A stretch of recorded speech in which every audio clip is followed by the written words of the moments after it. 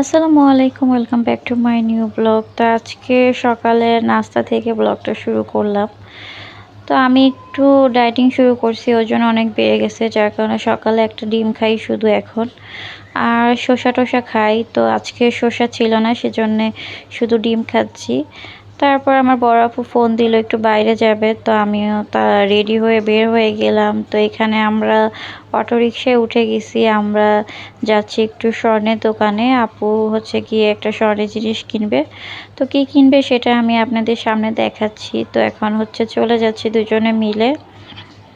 একবারে সকালে এই 10টার দিকে আমরা বের হয়েছি, কারণ আগের থেকেই কথা হচ্ছিল যে যাবে যাবে, হঠাৎ করে তারপরে আজকে ফোন দিয়ে বলল যে আজকেই যাবে।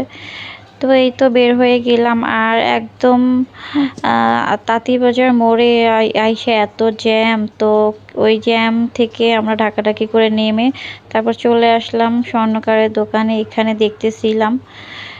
তো দেখা দেখি করে অনেকক্ষণ খোঁজাখুঁজি করে একটা কানের দুল পছন্দ হয়েছে আপুর জন্য, মানে কানের দুল কিনতেই গেছিলাম আজকে আমরা। তো সেই কানের দুলটা কিনেও ফেলছি, গিয়ে অনেকগুলো দোকান দেখছি, তারপর যেটা ভালো লাগছে সেটা কিনে তারপর বাসার উদ্দেশ্যে আবার বের হয়ে গেলাম। তো রিকশায় ওঠার আগে এমন বৃষ্টি শুরু হয়েছে, যাওয়ার সময় এত রোদ ছিল, প্রচুর রোদ ছিল। তো এখন আবার এত বৃষ্টি, আমরা পুরাই বোকা হয়ে গেছি।